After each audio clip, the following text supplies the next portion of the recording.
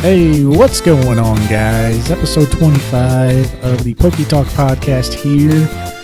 This episode is going to dive a little bit into the market talk again. Our last episode was more market focused for 2023, and we're kind of continuing that to talk more about the sealed market, because there's been a lot of talk about that and super stonks on this modern product here lately. But yeah, once again, I'm here with Phillip, and what is going on? What's up? It's a beautiful day out for once, so we are ready to go. Unfortunately, fortunately we're recording, but hopefully we'll be able to get a little bit of outside sunshine in. This is Missouri weather here. It's bipolar. Next 3 days are going to be probably like 23 and snowy or something. It is supposed to be pretty cold and another chance of snow, but yeah, which it is cold out there today. It's not as warm as it really looks, but yesterday's wind was pretty cold, so I wear shorts year round, so besides that one day where it was negative 30, but yeah. But yeah, we got a lot of news to talk about. Like I said, our main topic's mostly going to be about sealed, but a little bit of news that we'll cover after we kind of talk about what we've been doing lately. We got some Scarlet and Violet, some Japanese product schedules, a special set regarding the first 151 Gen 1 Pokemon. So lots to talk about. But yeah, what have you been up to lately? Well, the last few weeks, I've basically been on a Avatar-less Airbender surge. So it's not the first time I've watched that series. The first time I absolutely loved it. Like, I actually just watched it a few years ago. When it first came on, I thought it was a kid's show. So I never gave it time of day because I was already a teenager.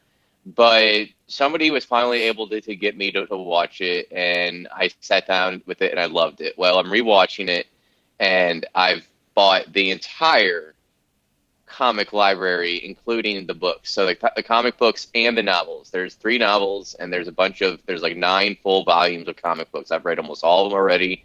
This morning I was reading the Rise of Kyoshi novel. I mean, I'm just having a great time. This is a very underappreciated IP, honestly, and I cannot wait for the live action show. Cross his fingers on Netflix this summer. Hopefully it doesn't bomb. Yeah, it has some potential, that's for sure. I watched, back in the day, I pretty much watched it all and enjoyed it. I didn't watch Legend of Korra, though, which I guess people say is arguably even better. It's some things it does better, some things it's not as good. There's definitely a lot of pros. There's a lot of good things it does. I haven't finished the whole series yet because I've been reading the books in between. But I'm like on season 3, and I think they did better character development for Korra than Aang. But the character development for all other characters in Avatar, I felt like was better for the most part. So there's definitely pros and cons for each show. Yeah. Yep. That's I probably won't go back to watch it. That's one thing with me and shows. Like, I might get caught up on stuff if I'm doing something, but I can't just like sit down and watch something. Like, I don't know. It's kind of a bad habit of mine to like not truly invest in something unless it's like super, super good, or like I really want to watch it. Like The Last of Us, for instance, which is out now. Like, that's the first show I've really been invested in. I guess I was invested in House of Dragon because it was so good, but before that, I mean, it was like years. But yeah, there's some good shows this year. I was like that with Lord of the Rings, but it got kind of dry. Well, yeah, I mean, it was basically a fan fiction. Let's be real. Like, it was entertaining, but you had to take it with a grain of salt. Like, I know some people were upset. Like, for me, I care about maintaining the core themes, like the heart of this story. That's what I care about. I'm okay with like an adaptation. Like, for example, like with comics, they turn a few different types of comics. Like the Dark Knight, it was like year one kind of, and it was kind of like the Killing Joke and all these other comics that they kind of thrown into one movie. But it kept the heart of of the franchise, and that's what I cared about. So I can. It doesn't have to be a perfect like one for one, shot for shot, like some fans have to have, because with a lot of fans, the most toxic fans in every single IP, if it's not to their exact iota how they imagined it, they hate it. Yeah. I don't care Yeah, about that. I care about that's a having the heart. problem. And yeah, I'm more open to some changes as long as it's good in its own way. Hmm. But that is why The Last of Us is like getting such rave reviews, is because it is so true to the game. Like they literally copy scenes like frame by frame in some sense. Like, did you watch the second episode, right? I have not watched that episode yet. I watched the first one and I loved it, but I kind of want them to build up a little bit. I probably need to catch up before get caught with spoilers. Yeah, they definitely build up. Like the show is rolling already now for sure. So I it think didn't it's take long to build up. Well, I think that it's kind of dependent on which IP, which story you're doing. Like, for example, if you do Mario, trying to do a live act like the OG live action, like what they attempted was just atrocious.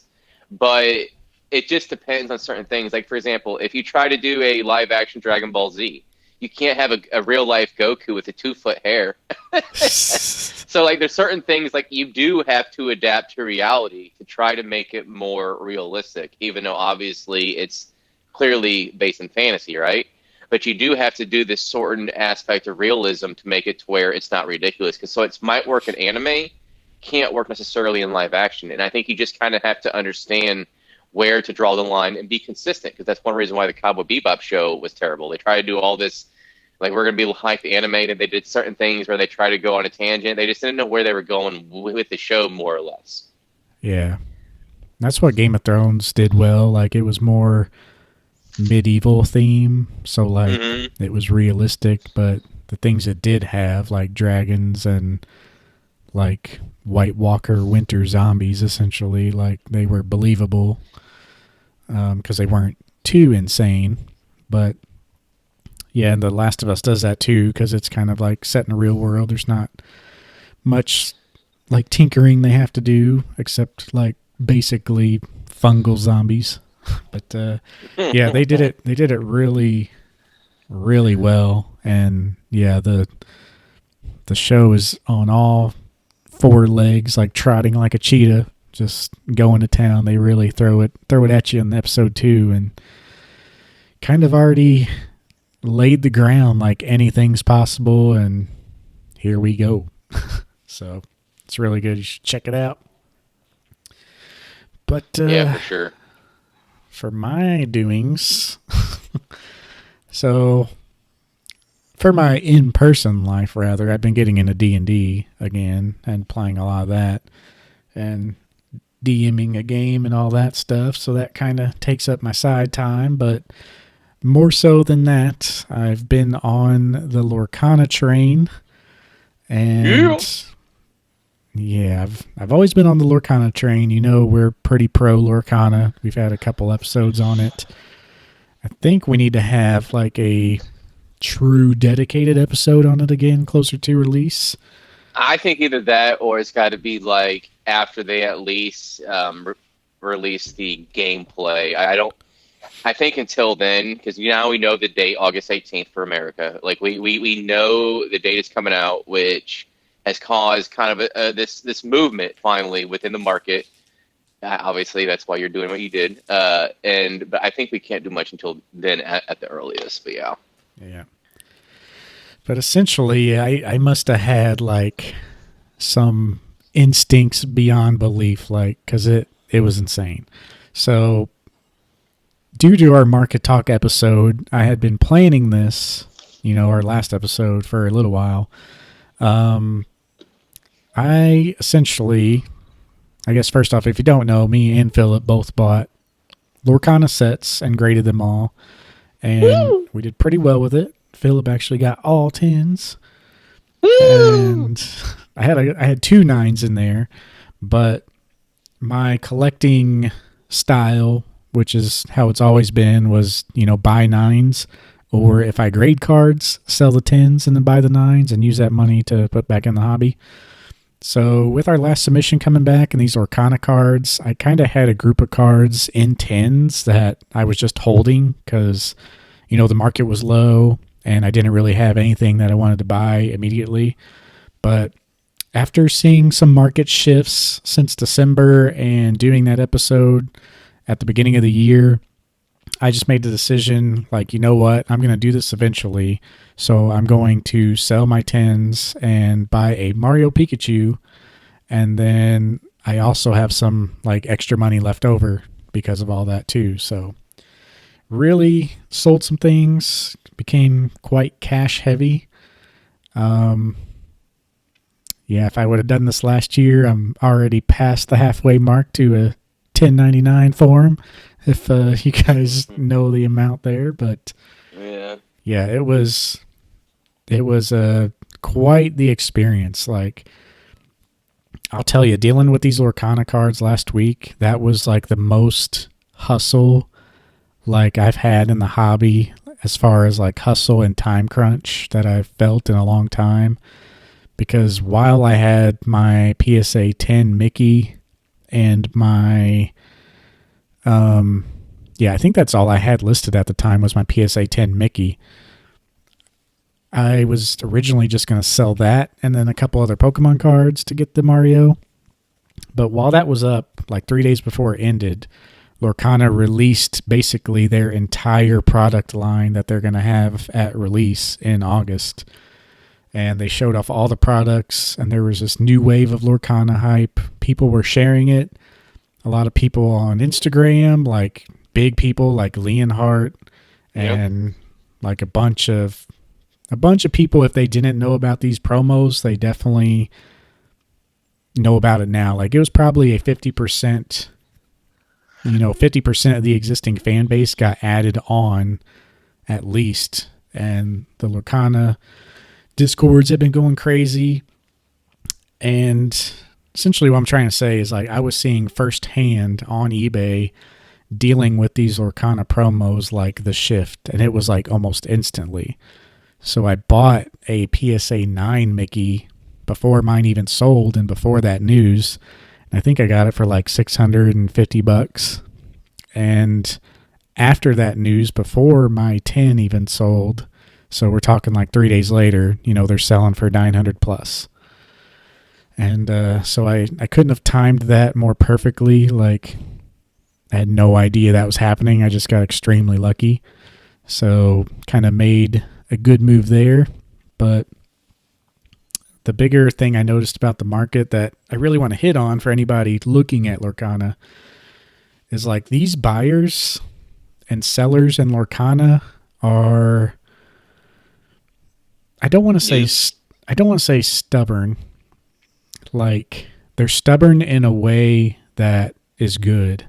Like, nobody wants to just straight up sell these cards. And with only 900 copies being produced of each one, like we've talked about the potential of Lorcana before, but just seeing the shift and the interest and how much work I had to do just to negotiate to even get the 9s was ridiculous. Like, every single card I sold, which I sold 5 of the 7 cards in a 10 to get the 9.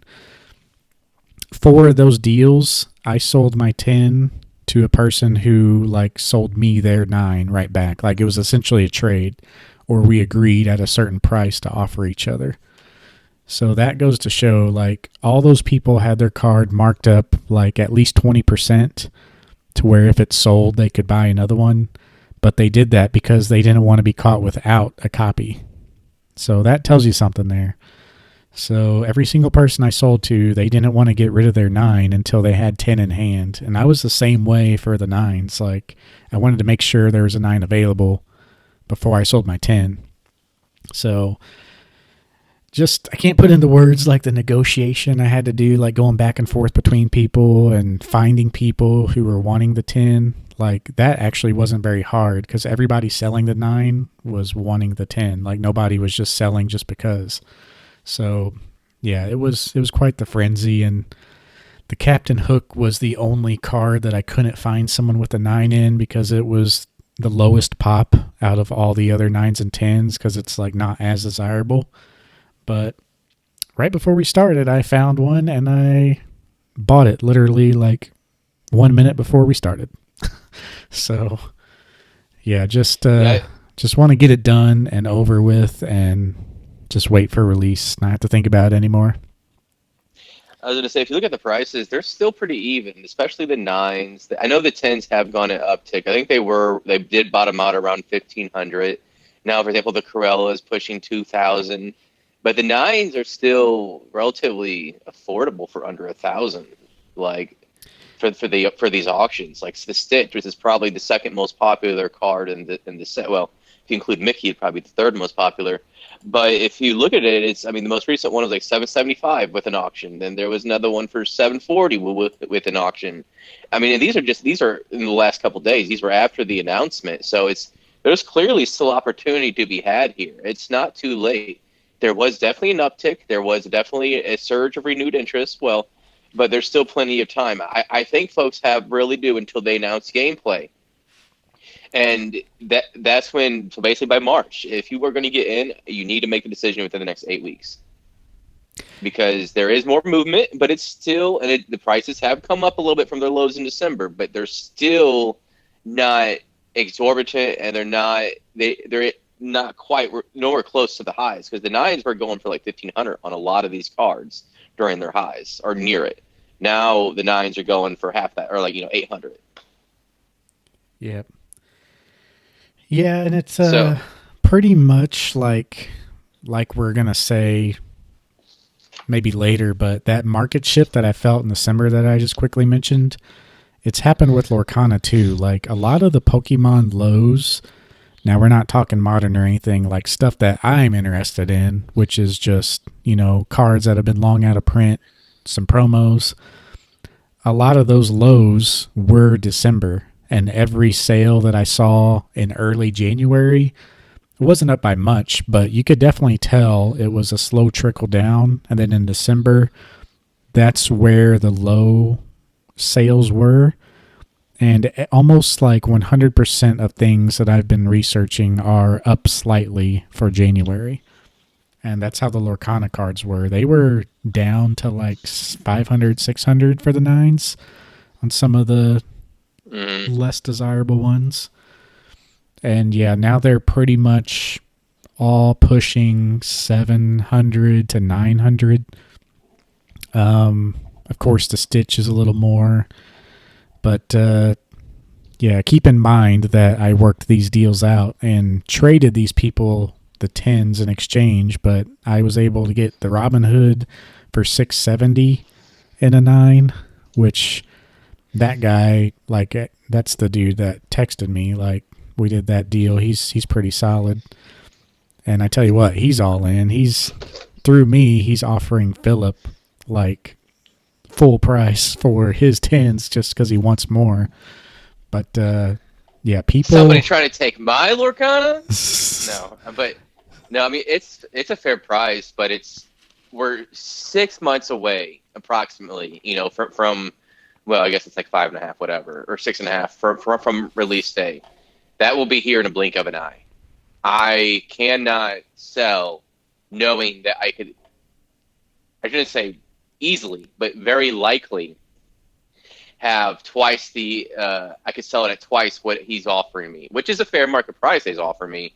It's just 6 months, twice as much money, $1,500, $2,000, even with fees and taxes.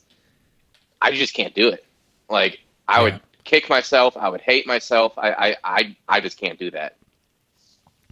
Yeah, and I'm doing the same. Like, yeah, I could, like, first off, the reason I'm doing this is because I believe in the Mario Pikachu as well. Like, I think that's going to be a more steady growth where Lorcana could potentially reach like a craze bubble type situation on release. Mm-hmm. So I get that I might be missing out on that money, but I just kind of wanted to get it over with, and I'm more about just having the cards. But I do want to say, like, another part of my plan is, I have about enough like loose change from this deal and selling all these tens to potentially buy an extra copy of any Lorcana card. So what I'm thinking about doing is, just waiting till one of the collecticons we go to. It's in the middle of the summer, and just having a stack to negotiate there. And depending on how much I sell there, like I'll make a decision. Like if Lorcana is still kind of creeping down low and hasn't really went crazy yet, I'll probably for sure buy another card, because at that point it's going to be like 2 months away. But if not, I have the cards. These 9s are for my personal collection. I've detached myself from the money aspect and just going to enjoy them for a while. And we'll see what happens. I'm gonna say they're great looking cards, but honestly, only a handful of them are really ones I'd have to have. One of them being the Elsa, and then the Robin Hood and Stitch are probably the other ones. And I know we're kind of going to discuss this too much more. I know we spent a lot of time, so I don't want to spend too much time on this. But ultimately, I'm debating on my next move myself, and because it's getting closer and closer to me being able to pull the trigger on a card, and the goalposts are moving further and further. This is very reminiscent of me trying to get a second set back in September, October. And before I could move the sealed product I had at the time, they jumped from 2,000 to 3,000 and out of my reach. Yeah. So this is kind of reminiscent, but it's not as fast moving. Not to mention they went up to like 10,000 there. Yeah. A little bit. So, somebody overpaid there, whoever that was. Bless their heart. I mean, they're close to breaking even if all graded a 10. That's what's insane. Like the bubble at its peak, these sets were, it was only like 10,000 for like a day. That's where the line was drawn, but it stayed at 8,000 for a little bit. And what's crazy is like people could have still made money at that 8,000 price point right now if they all got 10s, granted, but it's crazy just the hype already, and just thinking there's only 900 of these out there. Another aspect, like we said, we're going to have an episode on this, but another aspect is like, how are these cards going to look in the actual set? Like rumors of no first edition. That's going to pretty much make these cards go even further if that's the case. Yeah, there won't be the first edition or the D23 Expo, but like, are they going to have the same holo pattern? Probably not, because they mentioned at the D23 Expo thing that this is a special collector's set holo, and on the PSA label it says collector's set. So it is definitely a thing meant for collecting, like aside from the main set. But yeah, it's going to be cool to see. So, well, I'll just say one more thing. One more thing. So I don't know if it's going to move fast enough for me to pull the trigger. I could get a PSA 10 Elsa if it stays at its current price range of like 3,500 next month. But if it goes to 4,000, it's getting further and further from potentially what I can pull, especially with having to pay sales tax. Sales tax and everything else, I don't know if I'll be able to pull the trigger if it creeps further. But ultimately, I got several ancillary and backup strategies that I have in place that I'll do.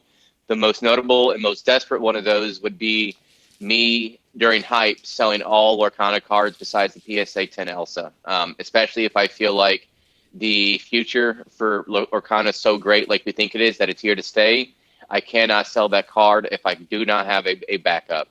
And I'm worried we might see with how few PSA 9s there are. It's very reminiscent of the 20th anniversary Festa, where they barely come up. So I'd be too concerned that the opportunity for me to even get a 9 would be a $5,000 card, essentially. And essentially, I feel like I'd be forced to hold it if it doesn't hit the price range that I think, and I'll just sell everything else besides that one card. Yeah, like definitely make sure you have a 9 lined up, or go ahead and buy it and then put your card up for sale. Because, yeah, that's what I ran into with the hook. Like, it's like a pop 50 something, I think, in a 9. The lowest of all the other cards, like I said, of 9s and 10s. But all the other cards, I mean, there's not much out there either. They might be pop 70, but there's at most, like, especially with the 9s, only 1 or 2 copies, because they do grade mostly 10s. They are an easy 10 from, like, grading right away, but we've already seen the first wave conclude of grading, so how many more are going to be graded, even if it's like 2x? Like, these cards are going to be pretty hard to find with any hype whatsoever. So, Yeah, I think that who knows how many rejects people are holding on to, or they have yet to get graded. And I wonder how many more we'll actually see. I think as far as tens, at most, we'll see 2x more, in my opinion, from what you see. So no more than 300 or so. And, that right there is very reminiscent. I know it's like 125 or so PSA 10 first edition Charizards.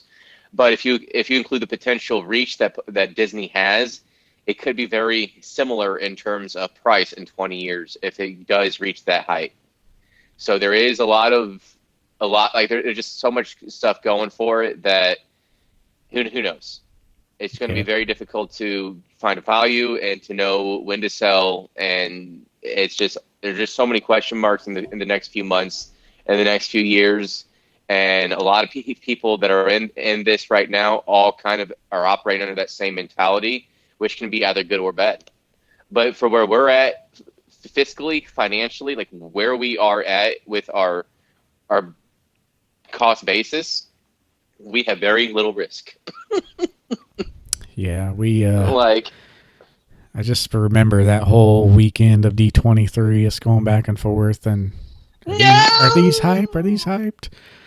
And I remember those yeah, first Mickeys going for, what was it? did it one at 4,000, didn't it, or 5,000? Like a raw one.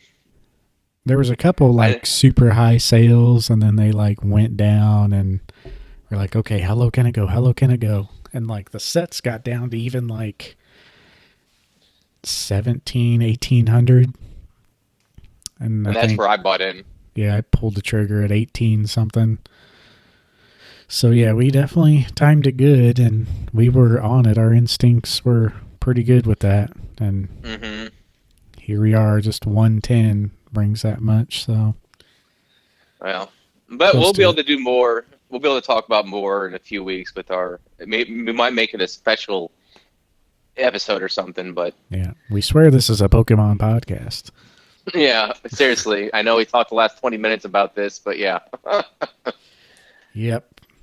We actually thought about one point making a Lorcana podcast like when all this was out, and probably could, but if you guys do not care about Lorcana, let us know. Maybe we'll just do a bonus episode, but I mean, I feel like people are like dying for more Lorcana content in general because there just isn't much known yet, and people are so into it, even though we know so little. So, but yeah, let's go ahead and move on to the news. Did you pretty much have the same news topics that I did, or do you have something I else? I have I guess Scarlet and Violet. We can start there. We know that's something that we yeah, both have. that was one that we So, had. They're starting off hot already with their illustration rares, and obviously that's great for collectors because there's some great art, and you're getting all sorts of Pokemon are starting to get their attention, like a Starly and stuff like that. So the art's great, and even like the EX cards is this like homage to the second generation of EX. So it's like having this sort of combination of multiple eras, and then you obviously even you get the EX like the terratization process. That's very reminiscent of Hidden Fates, yeah, and it's starting off strong already. I mean, there's some just so much great art. Like it's like this great tusk, for example. Whew, that one's good. The Is that the special one with like illustration rare. the space background there? It's like a warm sky. It's like he's like in a desert or something, and Nice. it's got like a sandstorm in the back or something like that. Cool, cool. What? Well, Something we need to mention at the end of the podcast. I actually just got an email with our grading submission and our grades. So ooh, if you guys want my to hear about modern. that, maybe tune into the end of our promo or episode. I said end of our promo because I saw like in that submission I had a promo that I sent, and there is some happy news with that promo. Yeah, I'm gonna be selling pretty much the whole order. Honestly, it was basic. It was a lot of Hidden Fates, another modern card that I didn't really care for at the moment. So, First glance, looks like we're going to be pretty happy. well, So, I hope so, because I feel like we looked over it pretty well. So I was like, I'm pretty sure most of what I was sending was the tens. Oh, it's the Iron Treads is the one you were talking about. The one with the space background. yeah, yeah, That one's pretty cool too, though. yeah. I'll just say out of that order, there's 2 8s. The rest are 9s and 10s.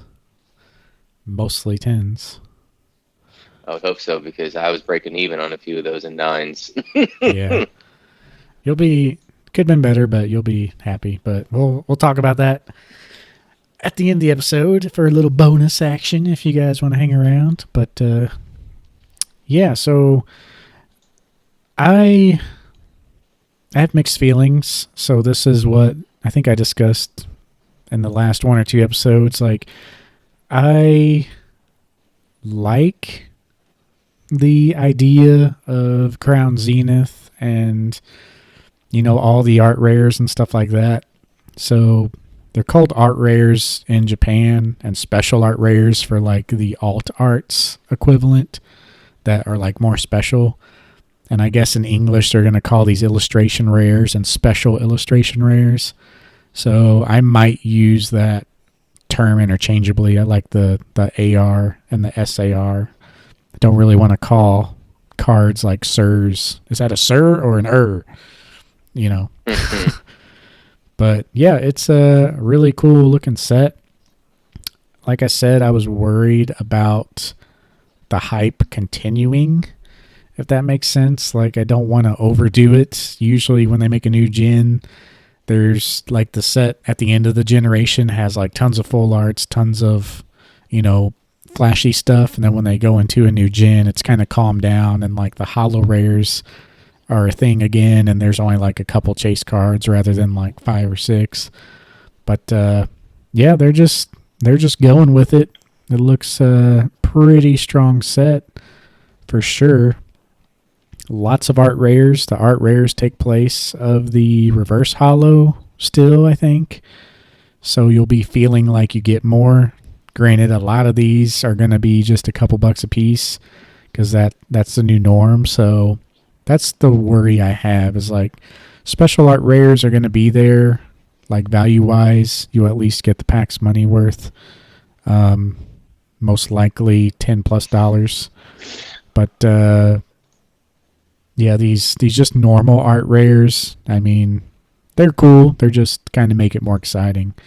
So I think Yeah, we they're don't know the doing full rates of away. these. I think they're doing away with non-holos and packs, right? So every pack, the minimum is a holo, and then yeah, you'll be getting a lot of art rares and sometimes some special art rares, but yeah, they really got some like super basic ones like Tarantula or whatever the spider name is. It's literally just a tree with him hanging from it and like scythers peeking from the top. Super basic artwork, which I like. You have that, and then you have like, yeah, Scovillian. You have like a couple Pokemon that the artwork is just insane on. Drowsy. There's like a whole Komiya artwork town scene with a Ferris wheel in the background, and Drowsy's chilling under a light bulb. Like, there's I a say the wide King Gambit. range. The King Wide Gambit's range. pretty cool. Yeah, I like the King Gambit one. That one's pretty cool. Yeah. So yeah, definitely going to be pretty crazy for the artwork. I feel like they're kind of embarrassed of how the Terrastalize looks because a lot of the cards they showed off, like the Arcanine and the Gyarados, they almost kind of hide the crystal. Like it's kind of off of the card. So I kind of think that's funny. It kind of makes me think like even they are kind of embarrassed about the look of it.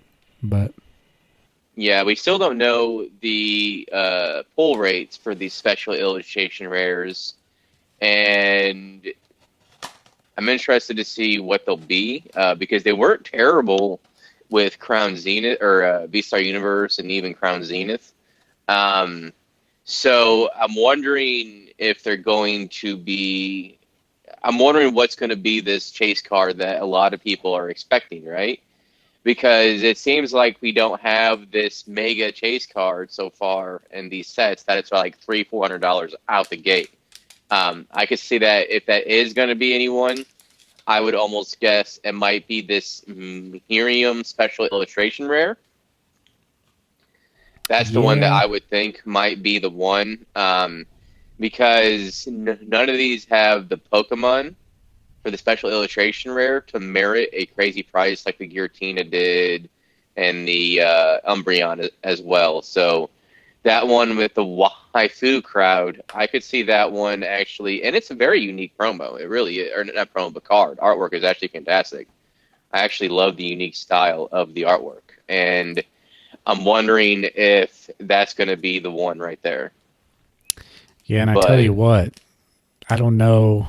It's not a thing that's required in the game, but you can actually go back to the school at any time and like talk to the teachers, and they have you do certain things, and you have to like find them in the school, talk to them multiple times. It's kind of annoying, but you can raise like your reputation with them, and you just get to learn about the characters a little more, which is kind of cool. It doesn't really give you anything like when you max out their rep or like talk to them 6 times in the school, like wherever they are, they move locations.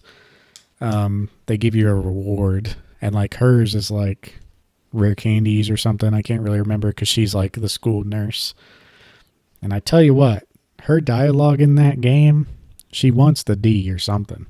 I'm telling you right now, she straight up is hitting on you like the whole time. Like, oh, didn't expect to see you there. Hee hee. What are you doing here? Like, you get some weird vibes talking to her. I don't know if it's different if you're playing as a female, but she's definitely trying to get at you. that's funny.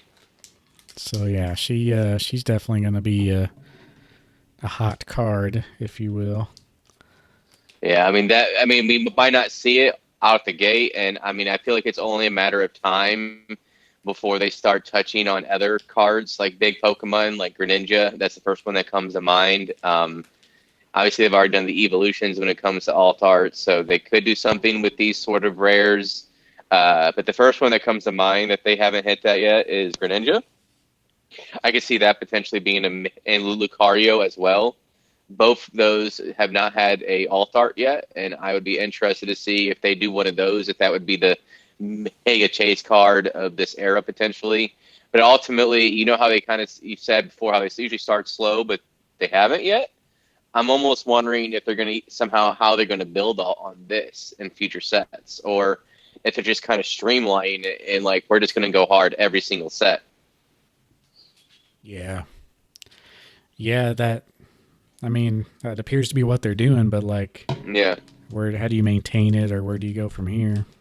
But yeah, another thing about the Lorcana cards, I just got my Stitch 9 in the mail, so actually walked away from the computer for a second. You guys might not notice, but got that in the mail. Checking that out, looking pretty nice. Nice. But yeah, Nice. for our next news topic, let's see, what do we have? There is going to be a special set coming out in the summer for the Kanto region. It's gonna be pretty like evolution vibes, I think. It's gonna be like a classic little subset. I bet it's gonna be a mix between like Pokemon Go and evolutions. I wouldn't be surprised if there were some reprints in there, but mostly only focusing on the Pokemon 151. That's like the code name for the set in Japan already. And yeah, it should be coming out this summer sometime. Let's see, I think it was July. According to distributor listings, actually June 16th, we'll see the release of a new Japanese set called Pokemon Card 151. This will be another strengthening expansion pack set, which means it'll be a subset like Battle Region, Dark Phantasma, and Pokemon GO. So I wouldn't get too crazy hyped for this. They are definitely going to print this equally or more than normal sets. You know, I just went to Target yesterday. They must have caught them on a stock, but of course they had a full section of Crown Zenith. And right next to that was an equally large, just as many product lineup of Pokemon Go. So they are still, it's kind of like Celebrations was the thing. And then when that finally ran out, Pokemon Go is now the thing that is just always available for multiple sets down the road. And so I could see them, I was just going to say, I could see them doing a Alakazam special art rare, or the whole Alakazam family line like they did with the Gardevoir line. yeah. First time being able to print Kadabra in 20 years, I can guarantee you there's going to be several cards for this family, especially Kadabra. I can see Kadabra having his own special rare. I could see there being an Alakazam whole line like you saw with King Gambit, like where it has the whole line in one card. I could see that being the case. So I think they're going to have a focus on Kanto with these special illustration rares, these special rares. You know, some people are kind of tired of base set, or like, you know, kind of call back to base set. I could see them have another Mew special rare, Mewtwo, because that always gets everybody going. Let's be real. I don't know. There's just a lot of stuff that they can do with this that it's going to hit at the nostalgia rings and it's going to sell well, but it's also going to be, like you said, printed to an oblivion. Yeah, I was going to mention that point too. Like, you know, we've mentioned before, once again, another Kanto-based product, but that's what sells. And there's going to be some EX decks with it.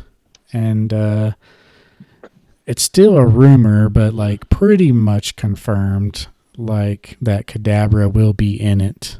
PokeBeach actually made a separate news article just for that. Because, Uri Geller, the guy who gave Pokemon a bunch of trouble for Kadabra, like kind of went after him. I've seen the news story many times, but I can't even recall the details. Essentially, like, Pokemon could make a Kadabra card, and they could have all these years, but they just decided not to because they're kind of a don't want to mess with a conflict type company. You know, instead of working around something like you can't tell us what to do, they'll be like, fine, you won't hear from us ever again. So yeah, apparently there is, what was it? Apparently Geller was asked in private if he had any news about Kadabra, and he essentially linked this Pokemon Card 151 article without any further comment. But he did send a voice message, I guess, to PokeBeach saying, once again, that he was sorry and all this. And, he is thinking that it's going to return in this 151 set. I highly doubt Pokemon is communicating with him. I doubt they would even tell him. They would just do it. I don't know. They still might not do it at all because they just don't want something to come back and bite them. So yeah, we'll see what happens. But yeah, it's gonna be pretty cool to see Kadabra again. A lot of people are gonna be hyped about it and collecting them for whatever reason, but it's just gonna be another card eventually. So, but yeah, the only other thing I had to mention in news, maybe you had something else after this, but they kind of released the product schedule for Japan. There's going to be a triple beat set, which is like a subset of Scarlet and Violet. So it's going to be kind of like Pokemon Go, where it's not like a full set, but just a small product. I bet we get this too, like as a subset after Scarlet and Violet release. A lot of people think it's going to be around the ancient treasures of ruin legendaries in the game that are locked away in the vaults you have to unlock and get the totems for in the games. But apparently, for the set after that, there's going to be a Snow Hazard and Clay Burst set. So those are going to be the two partner sets in Japan that will likely get combined for the English like they usually do. Iono, the streamer girl gym leader, is going to be kind of the face of the Clay Burst. And apparently she's going to get a special gym set box on April 14th.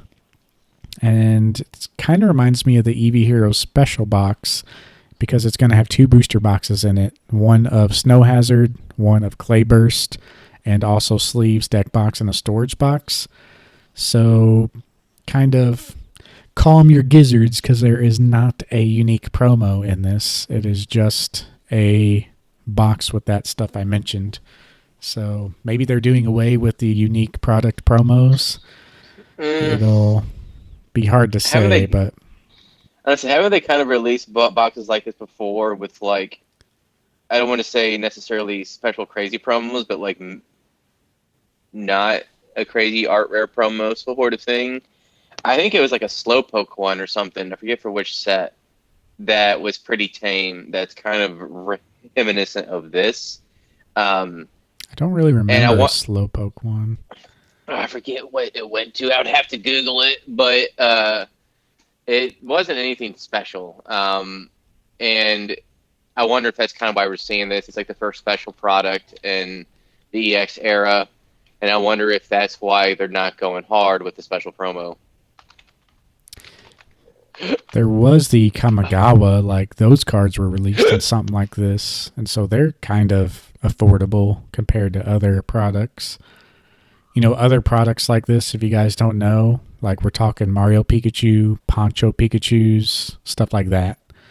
But yeah, there was another gym leader box that released that was just like this. I don't think it had a promo or anything. But yeah, we'll see. And part of the reason like why Eevee Heroes was so great is like, yeah, it had a unique Espeon promo, and yeah, Eevee Heroes is like the most popular set ever. But the artwork on that box and the card sleeves were just amazing, like with the evolutions and stuff. Like that's the best looking box by far, best looking sleeves by far. You're talking evolutions, that should tell you enough. I mean, we're seeing it play out in person today with the prices of those sets. But yeah, pretty nuts. Pretty nuts. Can't find it. I forget what it was. I guess it was a Slowpoke, but it was like the box before the Eevee Heroes box. There was like a, maybe that's the gym set I was thinking of. Maybe like Nessa, if I'm thinking of Nessa box. Trying to type it here. I think there was a Nessa box and it had Crocodile on it, and it here it is. Came with Matchless like Shiny Fighters. Star V. Clara and Avery special box Matchless Fighters. It has Galarian, Slowpoke, and Slowbro and Slowking on it. And I don't think there's a special promo at all in here. Yeah, there's no, from what I can tell, there's no special, like on, you can see the cover. I don't see any special. What you're talking about now. That one, yep. I loved it because I'm a big fan of Slowpoke. But the reason why I didn't buy it was because there wasn't a special promo. So yeah, this is was 2021, late 2020, early 2021, if my memory is correct. So that's why I don't think this is a norm. I think they're doing it because they're just trying to have a special product. Yeah, and now that I see that one, and then there was a Nessa box that was with Shiny Star V. Like, Yeah. that was the same way too. So yeah, probably just not a super special product, but definitely special nonetheless. But Yeah, I guarantee you there's going to be another special. Like they have at least one top item every single year, it seems like. This year they had two, or in 2022 they had at least two. They had the Precious Collector's Box and they had the Charizard UPC. Obviously, the Charizard UPC was printed to oblivion, so it was cheap, but it still was supposed to be a very, very premier item. Like, I mean, people are still, can I get a special Charizard UPC? yeah. And like some people are bragging like, oh, I could find it for $70, or something like $90 shipped, well below what we thought it was going to be. But yeah, like they're still going to release it. I think they saw the success of the Charizard EPC, and I think they're going to keep on running with that. I Yep. would think though that this Pokemon 151 set will get a special box, like the Eevee Hero set did. Yeah, we'll see. Um, we're going to talk a little bit more about those products in our main topic. Mm-hmm. But Yeah. yeah, definitely interesting stuff. But you have anything else left on the news, or did that pretty I think much that's cover I think for you? that's it for right now. Yeah. Yeah. All But right, guys. So let's little lengthy talk there, but we're just we here went on having some fun with it. tangents. Yeah. Yeah. But yeah, main topic is kind of market talk once again. How about those sealed prices and everybody freaking out about them? Stonks, bro. Stonks. If you can't tell by our tone, we think it is a little overstretched, to say the Just a least. bit. Yeah. But And yeah, I was just about to say, I think I mentioned this a little bit last episode, but Evolving Skies reminds me of a very similar titled set called Roaring Skies that had this very same setting in a lot of ways. Now, Roaring Skies obviously wasn't as amazing as Evolving Skies were in terms of the alt arts and all that, but the way it's performing in the market is very similar. Roaring Skies hit like 300-400 bucks, and they did one final reprint of the booster boxes, nosediving the set. And now the reason why they did that was because one, Pokemon, based on kind of how it is in the Japanese culture, they see themselves as responsible in some way or obligated to have these profits. Now, I'm not saying they were trying to get obviously their money on these profits, but they didn't like how this secondary market was reacting to a set that was still in play. And guess what? Evolving Skies is a set still in play and will be throughout this rotation throughout this year. So we still got 8 months until Worlds, and now you have the packs going up too. You have the booster boxes going up. The Umbreon, which is a playable card, is also going up. It just makes sense for them to do another mass print run of not just Evolving Skies, but several other sets, such as Brilliant Stars and even Chilling Reign to an extent. I could see them before they actually release the Scarlet EX in March, or the first Scarlet and Violet set. They can have one massive print run. I could see. I just can't imagine. Now, some people are like, well, it'll be booster boxes. And honestly, I think it will include booster boxes. I do. But now, there's no confirmation of this. It's pure speculation, just based on, in some ways, on historical factors within the market. But I do believe there's enough of a chance that if you're trying to buy a booster box now to keep sealed, you're going to be making a mistake, in my opinion. I think right now it's the ship has already sailed, because this set, with how much is in print, how much people are keeping sealed, isn't going to hit $1,000 in 5 years. It just isn't. It's not going to go the same way as Evolutions. People keep on talking about Evolutions. Well, it hit 1,300. It's like, well, why did it hit 1,300? It's because there was a secondary hype, the biggest hype that we've ever seen in Pokemon. And what are Evolutions going for? Like $700-800 a box right now? And that was only after this unprecedented wave in the hobby came in. yeah. Like, there's a lot of factors people aren't considering. They're just looking at pure numerical factors, and there's a problem. Numbers without context are meaningless. For sure. Yeah, there's just such a high chance of it being reprinted. And one point that I mentioned that I do want to make, like, I do think these products are going to go up. Like, people will I agree. always enjoy opening them for years to come. But it's like, essentially, the message I want to relay is that it might be a good idea picking up some of these products, that are high above the others, like obviously Evolving Skies, EV Heroes, even more so. Special products for those sets, even more so than that, which we'll talk about here soon. But the sets that really are above the others, like, the problem is it's the timing, especially like right now. I think people are really buying into the hype, and when a reprint comes, yeah, that they might not even print enough to make a dent in the demand. But yeah, it's just so risky. And of course, we might be wrong. They might not do a reprint, but they essentially released a statement saying that they were working on it. So I don't know what else that would mean. But yeah, we're just in a weird spot. There's just so much better things to put your money in that are more consistent.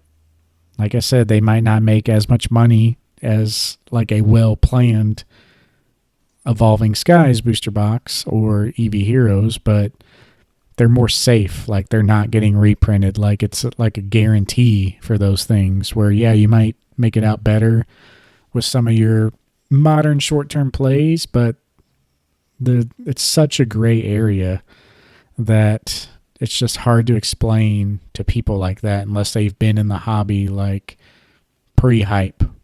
Like, we've seen this before, and yeah, I don't know. It's just hard to explain to someone who hasn't seen it. And 90% of these people doing it are new collectors, and like, it's just kind of scary because everybody is hoarding boxes.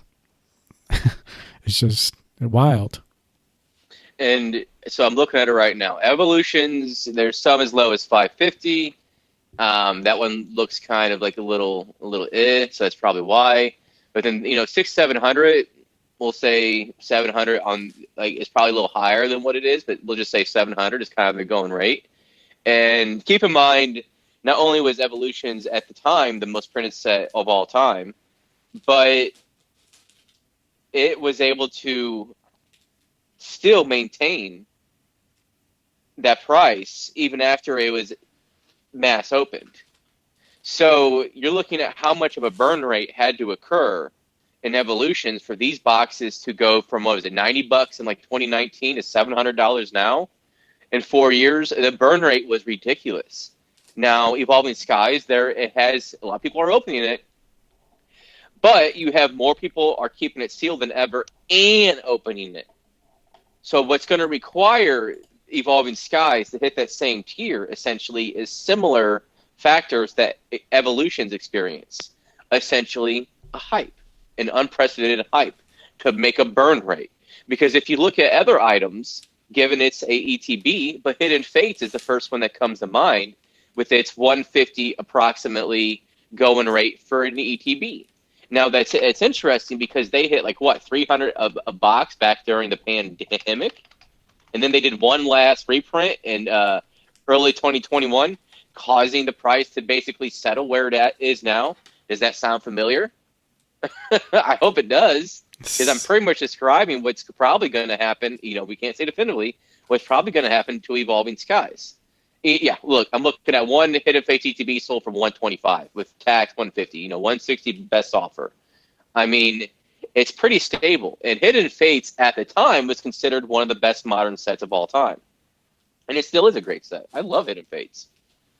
Yeah, even people new to the hobby, just ask yourself, like, if you came in during the hype, like, just think about Hidden Fates and how much people were looking and just dying to find Hidden Fates and paying up. And now, like, there's newer, better things. And I'm sure there's going to be newer, better things. Like, Pokemon kind of has to keep the train going. So what's next, you know? And if you look back at history, like not every set can be great. As more sets are released, the pool of sets is even greater. And if this shows you what they're going to do in the future with Scarlet and Violet, like they're going to keep the same formula. They're going to have art rares and special art rares. So down the road, when we have 20 sets of art rares and special art rares, like that is going to be the new floor of the playing field. And there's only going to be a couple sets that really stick out at that point. Mm-hmm.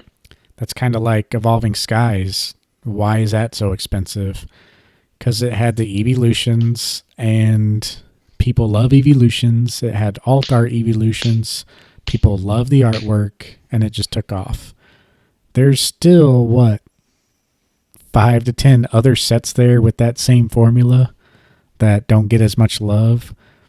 And then now that we're moving into the character rare special art, and that is the new thing, yeah, it does seem like you're getting a good value there because they kind of changed the formula. But every set with that formula in the long run isn't going to be the same. Like that's just going to be the new way of doing things, and that's just how it's going to be. It's like I said, it's hard to explain unless like you get it and you've seen it.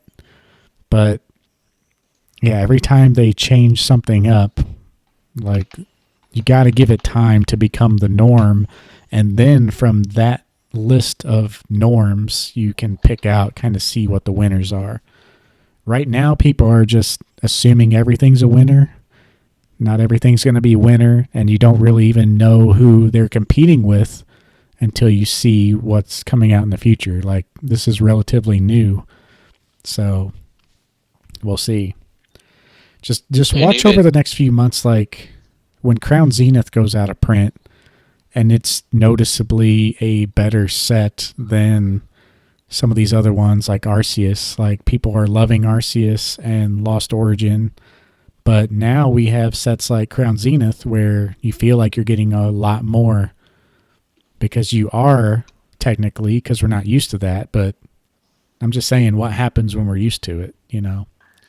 Well, and here's another item as well. I don't know if we mentioned this last episode. Is Ultra Shiny GX. That's around $400 a box. It's already gone up a little bit, and it's kind of been stable now in the last year or so, kind of incrementally going up at a healthy margin, I might add. And Ultra Shiny GX is obviously the set that would become Hidden Face. So it's fun to open. It's gorgeous when you have the Japanese quality that come with these cards. And now compare that to something like EV Heroes. Now, EV Heroes was the same way. Now, it wasn't the special set like the Ultra Shiny GX was, but it was a fun to open. It was a fan favorite set. Now, the reason why I bring this up is because that box came, what was it, late 2018? Is that when Ultra Shiny GX? I'd have to look that up. Sounds about right, but I have no idea. I would. I think that's right. I'll here in a second. I'll check to make sure. But keep in mind, it's $400, and that was after the interest, and again after the hype. That's where we're at now. EV Heroes in Japan, 2018. Yeah, I think it was November of 2018 is when it came out in Japan. So you have a going on 5-year-old box that's $400 that had that hype that we mentioned. Now, this set, a lot of people at the time considered that one of the best sets of its era. Now, Heather would probably say maybe Tag Team GX, why am I thinking of the set that became Cosmic Eclipse? Anyways, those equivalent sets have gone up in price. But ultimately, they still haven't gone up a crazy amount. And it's been, 5 years? Like unprecedented heights. Tag Team GX All-Stars, $300 a box. $400 over here, $300 a box. These are some of the premier sets of the Sun and Moon era. And it's been 5 years, and it's still only at this point. And yes, that was a special set. Now let's look at EV Heroes. And it's, $200 per? $230? 270. I mean, Yeah. the thing is you're going to see more growth with these sets, with the Japanese sets, than you're probably going to be seeing with the English sets. More natural growth, because until recently, when the Japanese printed it, they usually got it right the first time with how much they had to print. Now, the Eevee Heroes, I think, was the first Japanese set where they really printed a ridiculous amount, and it was the first one they ever had to reprint, to my knowledge. Yeah, But it's definitely interesting when you consider all those sets. I mean, with a lot of them, it just comes down to like what's the next big thing. And once there's the next bigger thing, they just kind of they dwindle, especially the normal sets. And then yeah, those special sets, a little more resilient or safer bets.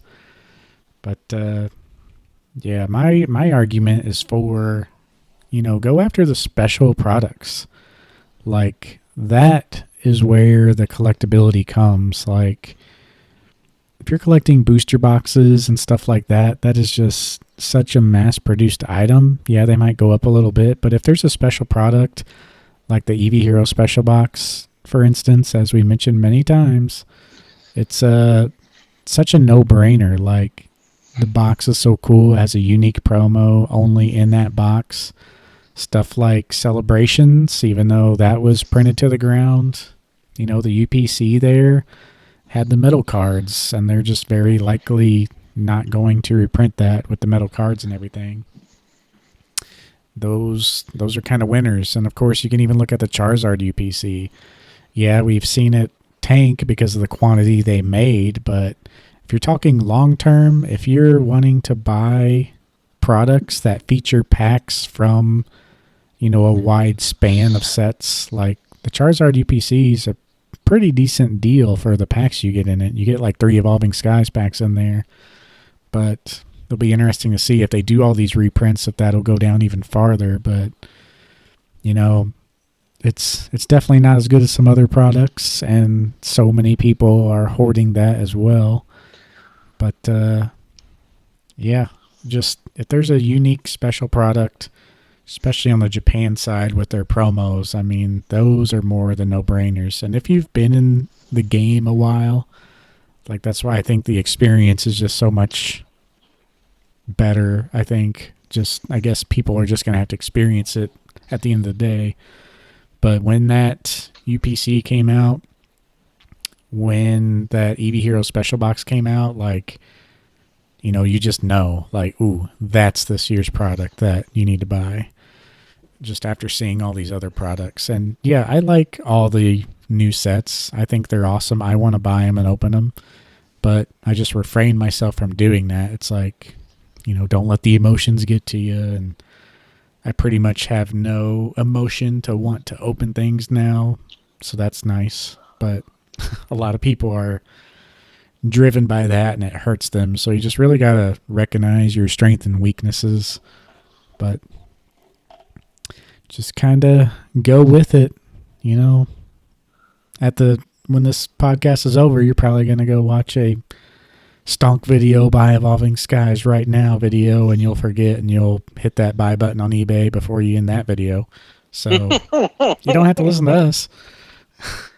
yeah, no. So I'm gonna say the Tag Team GX was one of the sets that became the Cosmic Eclipse. So basically, I pointed to probably the top 2 sets from the Sun and Moon era and look at what their prices are after 5 years.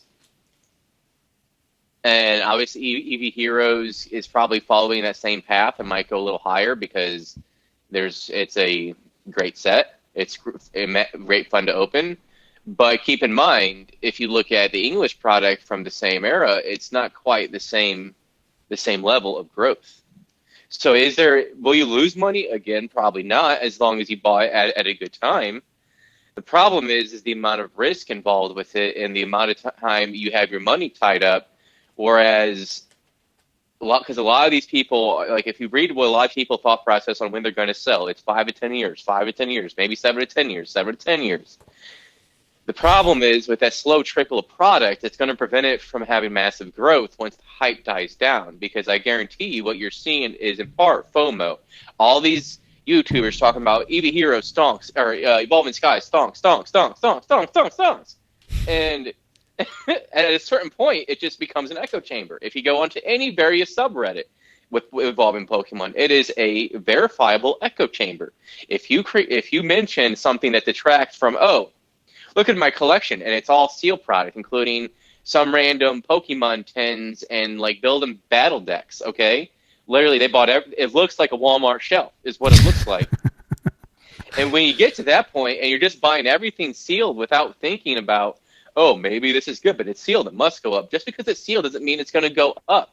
If you're going to buy English sealed, be smart about it. Don't buy at its all-time high, like with Evolving Skies, $300. Don't buy a bunch of stuff you see on Walmart shelves. Be smart about it when you do. Like I saw somebody on, it was a Facebook card group where he was bragging about, he has $100 in per box for Evolving Skies. Great. Sell now. But even if you don't, you still aren't operating at a loss. You could still double to triple your money if, depending on, even with taxes, how you're going to sell. See, being at low actually could create a bunch of money. But we've seen with, like, for example, Hidden Face ETB.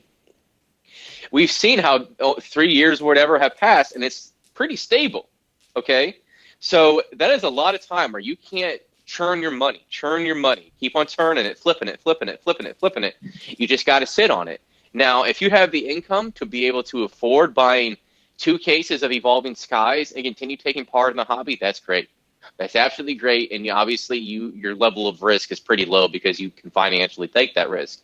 But if you're somebody else that's making a solid wage, but it can't exactly, it's risky putting a $500 to $1,000 in a set and you're making these decisions, then I think you really need to reconsider what your goals are and what you're trying to do within the hobby, because the level of risk you're taking following everybody else can actually be detrimental for somebody like you, one of the little guys.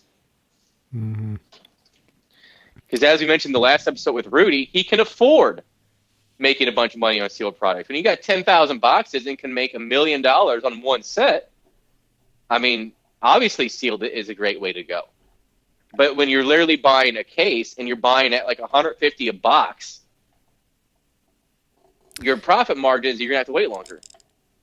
Yeah, and that's another problem. People see the successful stuff in people like Rudy, and like, gotta understand, it's a business for him. He's like set up to sell stuff, and he does sell stuff. Like, he sells a certain portion immediately at release to kind of make up the difference. But his margins, maybe he makes $10 per box, but the volume is where it's at. Like, I've seen people make the argument, like, which I guess technically we've even said before, like, do you put $1,000 in a $1,000 card that can go up to like $1,200 and you make $200 in a year? Or do you put $1,000 in like a $2 character rare that could double and go to $4 and like double your money? Like, it's super easy for that $2 card to double than for the $1,000 card to double. And yeah, that is a good way of looking at it in a way, but the volume is what matters. Like, I don't know. It's just something you got to experience once again. Like, yeah, if you can buy the sheer volume of the booster boxes and make $200 per box, then shoot, go for it. But just be aware of the reprint risk and all the risk specifically at this time period right now, and know what you're getting into. But it's just, it's kind of sad to me, like, just seeing the new collectors, and they're not even showing off like their cards. They're showing off their Walmart store shelf clones, like you said. It's like, and then they got people bragging about it in the comments. Like, yeah, I saw this one guy. He had like, I have one of every ETB from this year, and he was talking about like, last year's post, and like, that was his collection. And I don't want to put anybody down, but it's just sad to see like that becoming the focus and not like actual cards, like the actual end product that is thriving this hobby or that started this hobby in the first place. People want to show off their overproduced corporate box like cardboard. It's just weird. And at the end of the day, like that's all we're doing. We're just showing off cardboard, but it's for the sentimental value there. And it's just kind of, I don't know, kind of shallow with like the product that you find on the shelf when there's all these other options out there. Like you can buy so many cool cards, and a lot of people are holding themselves back because they want to keep their product sealed. They don't want to sell. And if they did sell, they could buy an actual like single card that they really like and they'll keep in the collection for a long time, but they don't want to because everybody they're watching on YouTube or in their subreddit is like a little echo chamber, like you said, just telling them to hold on, hold on, hold on. And then a lot of those people, when the reprint comes, they're going to sell because, well, might as well make my money now before it gets too low, and then they'll sell early. And yeah, it's just way too much risk. But it's sad to see like that part of the hobby now, because that's all people really care about, and everybody is holding on to something sealed. And I'm looking at the EV Heroes gym box. We talked it up before, and we also mentioned how we sold it. I did so because, in part, to fund the Lorcana set, but we also did so because of, obviously, the KC Con sealed aspect scared us away. But we also mentioned, even when we were selling it, it's still a great sealed product to have. These are one of the items that if you're going to buy sealed, this was one of the ones you should have bought. So it's $900 a box right now, and that's like a pretty solid going rate for it. So we bought it at the low, like $450 or something like that. So in like 18 months, it's doubled in 18 months. And this set this thing was not being reprinted. They reprinted the EV Heroes booster boxes. They didn't reprint this one. Now, you can kind of say the same things with the Celebrations. Now, the Celebrations UPC was a little bit slower, but that one is going to be one of the better sealed ones for this era. I mean, it's 350 or so. They hit like 200. They're probably going to be pretty stable. But I sold one to my buddy like this summer for 200 something, and yeah, they're already creeping up more. Like they're actively going up as we speak. like if you were going to buy sealed, that's what you should have bought. Not your building battle decks, not your 10s. You know, like if you were like, and even the booster boxes, like those are more risky. You'd be better off to buy the Japanese booster boxes and maybe having a little bit, maybe just one or two sets, because it's going to take so long for it. Whereas now let's just kind of look, for example, compared, you mentioned before, like $1,000 for ETBs or $1,000 for a special card.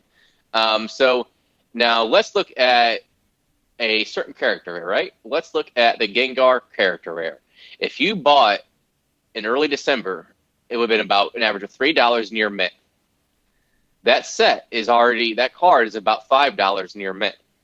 Now, what's the chances of them having a huge reprint for Lost Origin? I don't think it's very big. They might have a small one, but the demand isn't there necessarily for Lost Origin like it is some of the other sets. So you're looking at something that could easily be $10 in price within the next year or two. So if you bought it $3, you're tripling your money within a couple years. If you would have bought 100 copies of that, just do the math. Even with taxes, you could have made more money than just sitting on steel product. I was saying this on a subreddit before, which I got downvoted for, but I actually got some PMs from interested people that actually were curious about what I was talking about. And I mentioned character rare specifically and Gengar being one of those people, because the Pokemon matters when you're looking at which ones to potentially buy. Obviously, the art matters as well, but that's one of the core factors when determining something does it have good fundamentals. Mm-hmm. And this was one of those cards.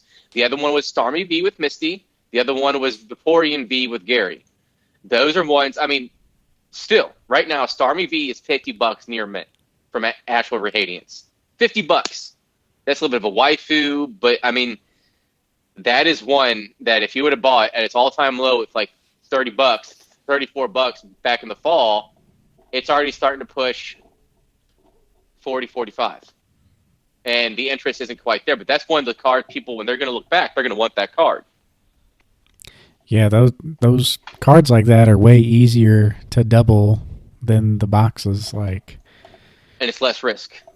if there was no reprints at all, like guaranteed, like yeah, of course it'd be even slower still than the single cards, but yeah, with all the risk factors, it's just too many negatives to fight against. But yeah, and like you mentioned, we didn't even talk about the sealed aspect of KCCon last year when it kind of confirmed our, I won't say expectations, but it essentially kind of scared us and sealed. And I had some jungle fossil packs. I've had some base set packs.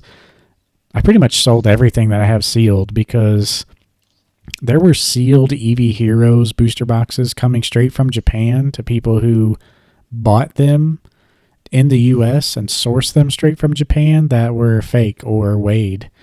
Like they were opening booster boxes and not a single pack was a hollow hit.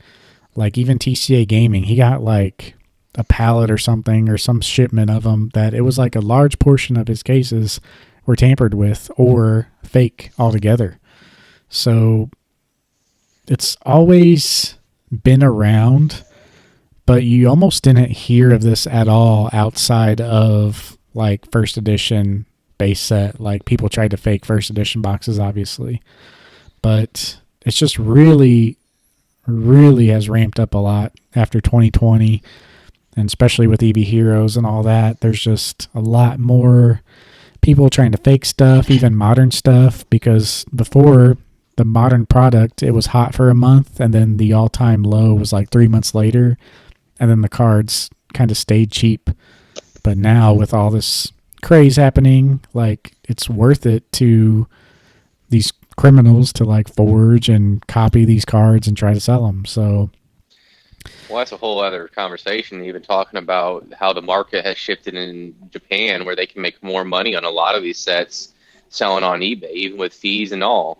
They can make more money by paying because they can legitimately have scalper prices, whereas in Japan they can't do that because the supply is so plentiful, and also just because the buying base a lot of times will refuse to buy it at that level.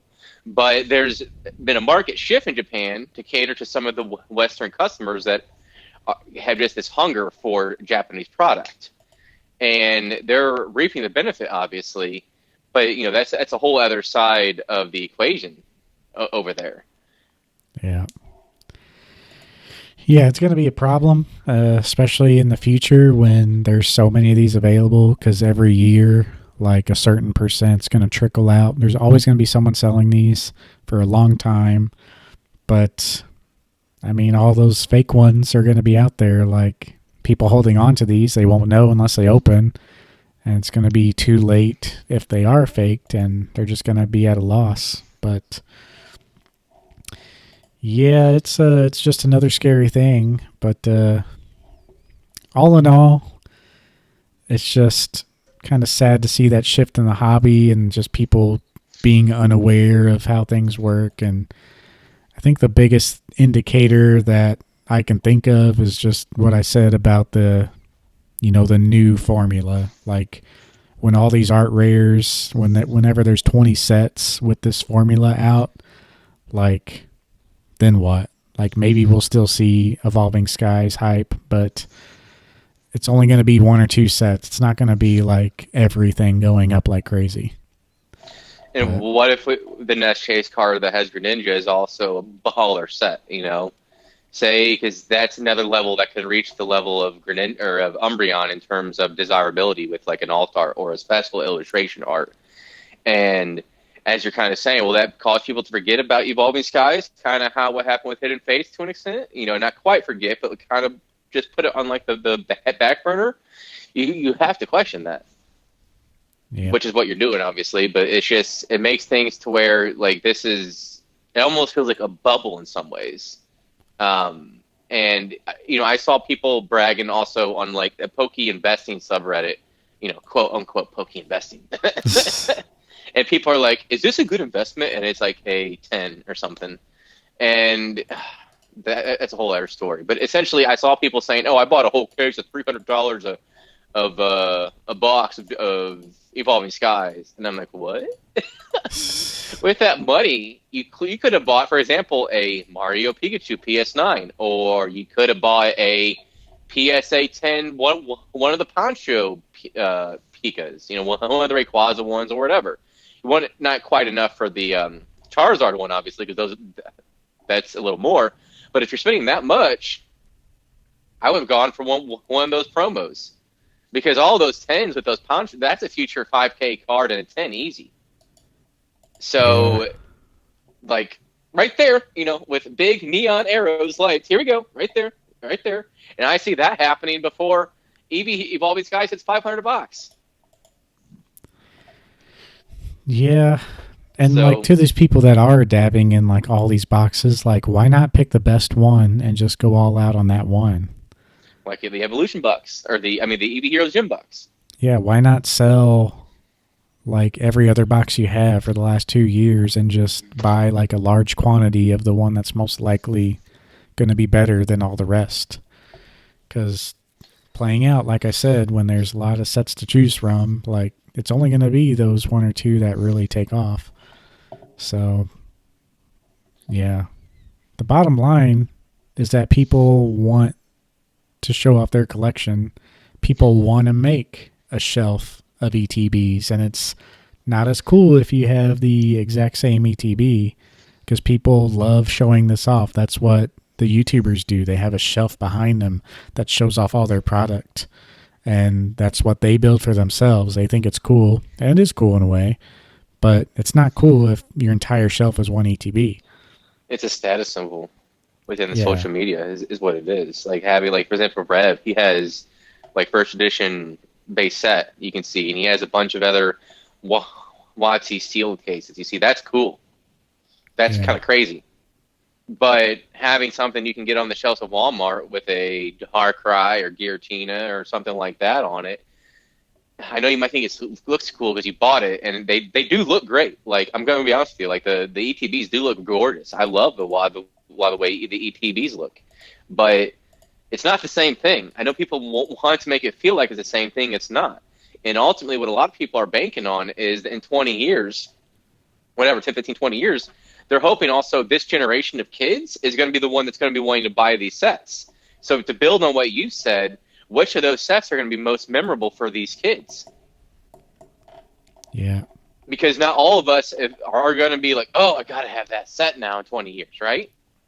Especially if you've already bought it. If everybody's kind of has that same mentality, what does that mean for potential growth? You need new buyers. And where do those new buyers come from? The kids and people coming in the hobby, which is ultimately the youth. So which one of those sets are those kids going to be going after, and why? Obviously, the Evolving Skies makes the most sense.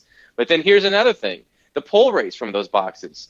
So you're going to have to hope this new generation wants to keep this stuff sealed too, because there's going to be no point in buying a $2,000 box if it hits that in 20 years, which I expect 20 years, probably $2,000 a box for Evolving Skies to be, just a random number, but just let's just say it's $2,000 a box, $3,000 a box, whatever. So with how big the pop is for the Moonbryon, and it's going to keep on getting bigger, the chances it's either you pull that or bust. Most people aren't going to open it. And if you've ever bought this, like you can tell with these sets specifically that don't have the character rares, I think that's why they went to character rares so fast, is because the alt art formula didn't really work by itself. Like when you open a set like Evolving Skies, it's it's Evolving Cries for sure. You Absolutely feel like you're not getting anything unless you get a big hit. And the amount of people chasing and opening, like, and how many they printed and have reprinted, like there's so many,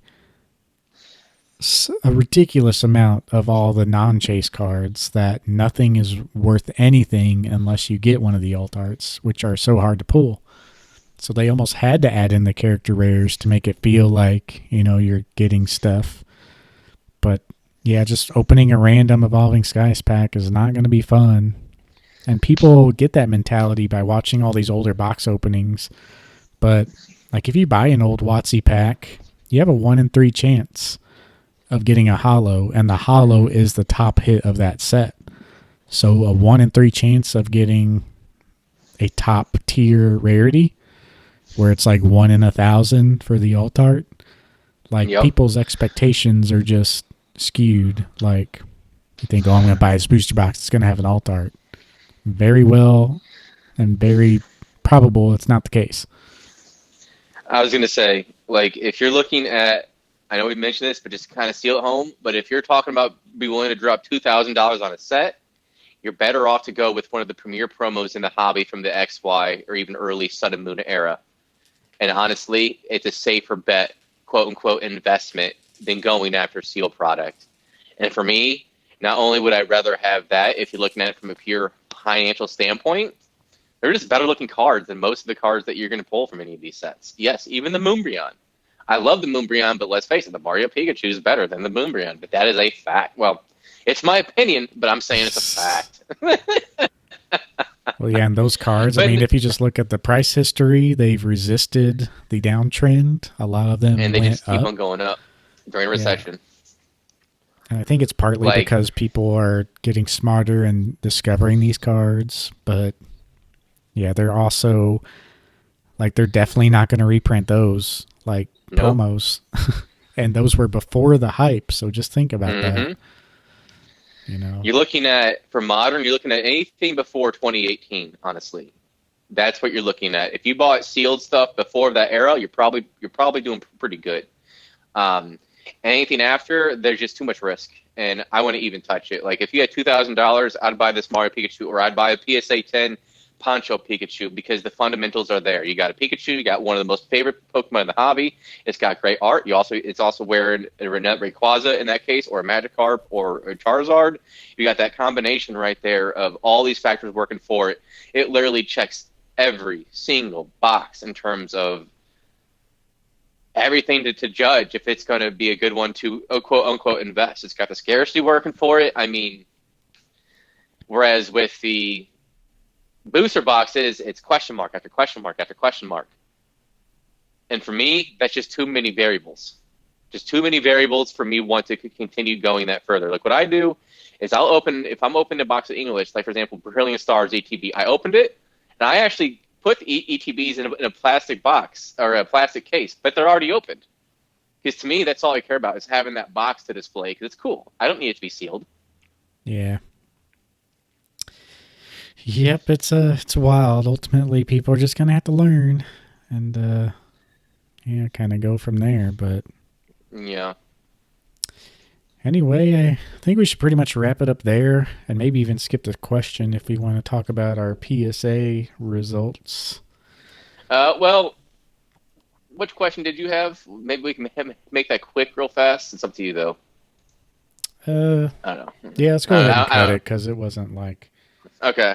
totally like relatable there, but I didn't have a good question this round, so I think we're just going to go with his, but that's fine. so yeah, we sent off a PSA order for the December special, and this was pretty much close to the end of it. And I just got an email while we were recording this that I actually got an email from one of the employees personally because I received an upcharge. So he was just asking, hey, is this good? And I said, yeah. And he said, we're processing it as soon as possible. So I imagine tomorrow we're probably going to get charged and our cards sent back to us. But yeah, do you want to know your results? Yeah, I guess we're going to see my live reaction on there. Ooh. So yeah, these are all $15 fees, and the upcharge was on, I guess I'll just say what card I sent. So I only sent one card this time because I did send out quite a bit on the October special. But I sent the special delivery Bidoof out that I picked up at Kansas City Collecticon. And when I bought that, I can't even remember now. I have to go look at the video. I think I bought it for $100 something. I think it was 200 flat. Yeah, and they were going for like 250 online. Yeah, Like, yeah, it's like 200 flat, I think. yeah, we during the time of Collecticon, that Bidoof was starting to move up because people saw how abundant the Charizard was. The Charizard was still coming down, and people were realizing like Bidoof was the most rare, and that card started to move. So people were selling that. There was 2 copies there, like right at $200. And looking at that, the market had moved already, and they were going for 250. So I actually went back and tried to look for that second copy, but of course he sold it. Someone else must have realized that it was priced too cheap. But I actually got a PSA 10 on that thing. Oh wow, look at that. So it got upcharged to the $30 tier. I think in a 10 that goes for like 600. 700, 750, I think. Oh wow. Yeah, we were like torn in between too, as well. Like, do I buy it? Do you buy it? So yeah, Look at that got a 10, so I'll be selling that. And I think the 9s go for 350 still. So that card is holding like that. Mm-hmm. out of the That's another card you specials. should go after over Steel product. Yeah, it's a unique promo, not never printed in Japan or anything. And yeah, those cards are in my personal collection. I have a 9 Pikachu, I have a 9 Charizard, and I have an empty spot where this card was going to go, but I'm actually going to sell this and probably buy a 9 in the next week or two.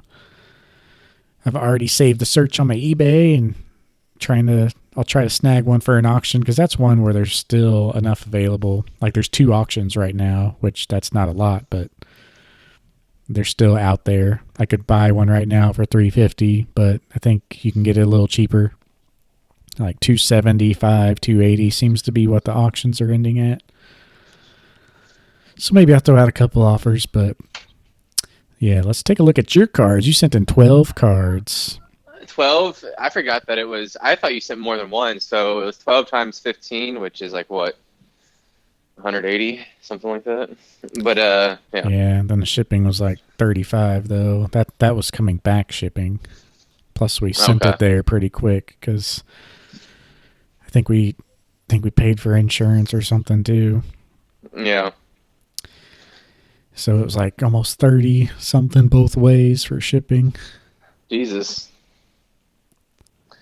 But yeah, let's see here. First up, I guess I'll just go down the list. We have Glaceon GX from Hidden Fates. That one got a 9. Ugh. Ugh. Lucario GX Hidden Fates. That one actually got an 8. Might as well. Yeah, that's losing money on that one. Sylveon GX Full Art. That one also got an 8. Oh my God. I pulled those from the packs directly too. There But must have been it gets something better. It that I gets better missed. though. Okay, all right. We'll see. Those are the high dollar ones, I think, that I sent in. So. And Teleon Ultra Rare. I think this is the gold one. Mm-hmm. Jiminton. I think it's a $50 card. Houndoom Full Art Secret Rare Battle Styles. PSA 9. And then everything else is a Jiminton. I don't even know what the rest of the order was. Yeah, I'm still going to name them here. So we got Umbreon VMAX, Umbreon VMAX, and Umbreon VMAX from EV Heroes. Full art. That's right. All PSA 10, Japanese. Yeah. I think those are $60 a card in a 10 or something like that. Sword and Shield EV Heroes, Leafeon VMAX, full art, PSA 10. So yeah, all the Japanese ones essentially got 10s. That's not surprising. Yeah, Noivern V full art. That's from Evolving Skies. Alt art, Gym at 10. I got that from Yeti Gaming. I mean, a 9's going for $70 on the Sylveon, so that's not bad. I think the Noivern, I paid $20 for that. Yeah. Here's one that we were kind of on the fence for. You were going to send them all, but the Charizard VMAX from the Ultra Premium Collection got a Gym Mint 10. Hey, I thought that one was. I was like, this. The best chance is this one. Yeah, and that's the only So one we sent because the other two, I think I saw some marks on them or something. So V-Star Universe, Simisear, Jimin 10, Japanese. that one I'm keeping. Yeah. That's from the V Star universe. Yeah, those are $100 for the UPC. Yeah. Yeah, that's the whole submission there. But so it did pretty good. 2 8s, but the rest 2 8s and 1 9, and then the rest 10s. Was it? I would have to do the Umbreon VMAX, PSA 10, EV Heroes to see what. Two 9s, 2 8s, and the rest 10s. So did pretty good pointing them out or finding them. Yeah, I'd say that one. I mean, I definitely turned a profit on the Noivern, but that was, as people remember, that was one of my favorite ones. Yeah, the those are like $40 for the for the Umbreon. I'll probably keep one of those because they're not that expensive. I don't know. It's going to go towards. The whole idea was having it go towards funding a Grail. That's why I sent it in. The whole idea was essentially doubling my money. So I think I'll still accomplish that. Yeah, you did pretty good. All of the 9s and like both the 9s and both the 8s were set full art cards. So maybe we're just not used to seeing those, or something was sticking out that we couldn't see. Yeah, maybe. But anyway, guys, that is our order, and that's going to do it for this episode. No, we don't want to go too long, but not sure what we'll have on the next episode. We are probably going to be going to Kansas City Collecticon after doing all that work last week. I'm probably going to just, like I said, keep the extra money. I'm going to keep the extra $300 or so from this Bidoof and see what I can splurge on at Collecticon. I was gonna say I might be a big baller and bring the whole set and just kind of see what offers somebody would give me in cash, and see if it's a certain point. I mean, it's probably too early. Like I said, we're still a month away. I might just flaunt it, be like, "Ooh, PSA 10 Elsa." I was like, "Yeah, what's up?" I was thinking that too. It's like I thought about bringing the set last year, like because they were like just announced, and like it really wouldn't have been worth it because people, pretty much most people we talked to, oh no, I haven't heard about that. Even the vendors, like there was like 2 vendors who have heard about it, and one of them who was actually like interested. So I thought about bringing them this year because surely there's going to be a lot more people thinking about it. So yeah, it'd be cool to like contribute to the hype. Like I'll show these cards to anybody because I want people to get excited because it helps us. Granted, we are in at a good price, so don't let us fool you. Yeah, and I'm I mean not the whole selling thing mine, is though, so that should tell you something. well, the whole thing with it is like we're kind of hoping, like you already mentioned with Leonhardt already showing it. You know, him and probably PokeReb are probably going to open a bunch, right? That's my guess, and that's going to feed the hype right there. And then it's going to become like where you have, and then it's just going to go up from there because the art is there. It is. I can't wait to see the set. And honestly, it's just the sky is the limit. I think the Elsas are going to hit over $10,000 in a PSA 10. You think differently. I think all other cars are going to be a minimum of $5K. You think differently than that. But that's kind of where I think we're going to be hitting over $10K on the Elsa, 7-8K on the Stitch, around $5K for the other card besides the Mickey. So we'll see. And I could see that if it really takes off and it becomes like a secondary Pokemon, but I don't know. It's definitely going to be a thing. But even the kids today, like they're buying Pokemon. Pokemon is like so healthy, so it's going to be hard for Lorcana. Like, are they going to drag some kids who are buying Pokemon to buy Lorcana, or how's that going to work? So I think the idea is to hit an untapped market that hasn't been hit by the TCG yet, more or less. There's going to be a lot of overlap. Like a lot of people in Pokemon have already said, I want to open it. I think they will open it. I think the idea is to reach a new base. Yeah. Or maybe slightly younger than Pokemon, but yeah. I don't know. If you look at all these other card games, though, like what was the one that came out recently? I can't remember. One of the anime card games, but Demon Slayer, yeah, maybe. or was it One Piece? Yeah, I think it was One Piece. Yeah, it was One Piece. So there's a community around One Piece. So once again, you look up the what was it? Let me look here. Top 10 media franchises. Of course, Pokemon is the top grossing like media franchise of all time. But it doesn't include everything under the Disney umbrella. Yeah, so like I guess yeah, the list here, Winnie the Pooh surprisingly is like close. But Yeah, yeah, you got Pokemon at the top. And then let's just name off the top 10 here. So Pokemon, Winnie the Pooh. Okay. Next Winnie up, the Pooh's number 2. yeah.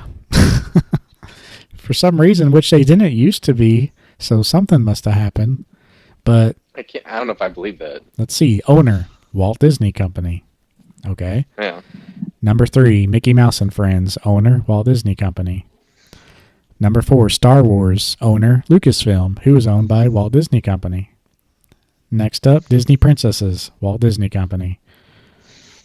Then you have Anpanman, which is like some printing company. But then next up, you have Marvel Cinematic Universe, Walt Disney Studios, Wizarding World of Harry Potter. So that's like where The first one. that's like the first one on the list that's like super recognizable that might compete, like, Harry Potter and Warner Bros. But yeah, it's like insane.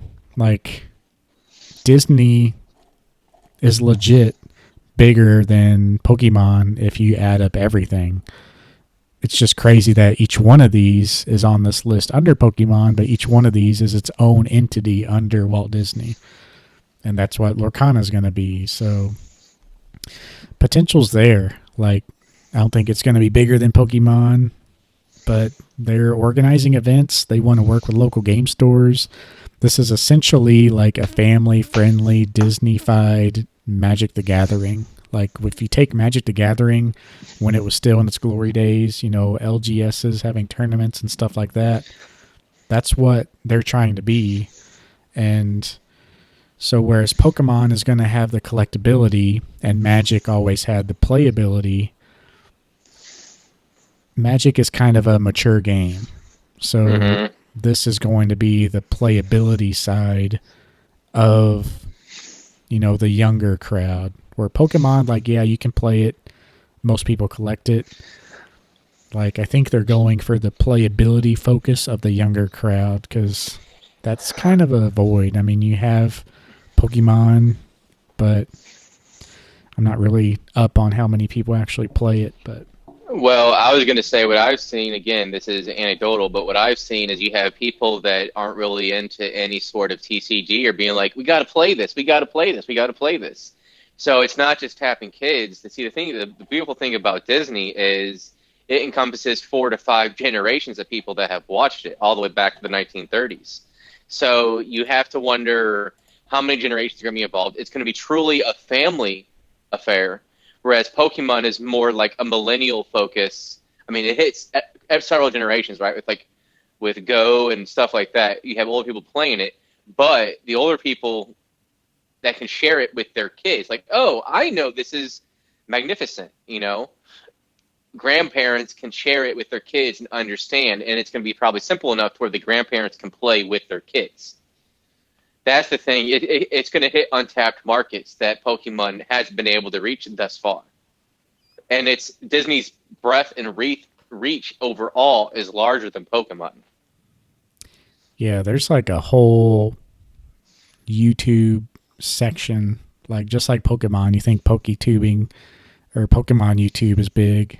Like, there's just the same amount, if not more, for Disney. There's a community entirely of Disney pin collectors. There's every subcategory of Disney, every collectible. By the way, they put out a crap ton of just consumerism garbage, but $100 popcorn buckets.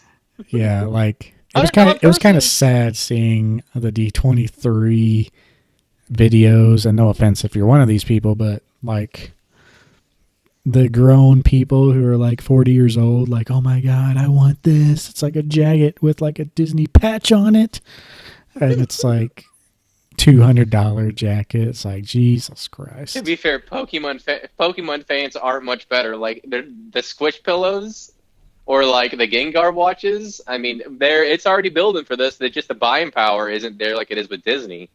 Uh, but I Yeah, mean, they're very similar. Like I'll just say that they're very similar. Like the fans are huge, and and it's just I something want to to say where Pokemon does cooler products though, but I'm sure I just think that, and I'm sure that's what Disney people think. So exactly.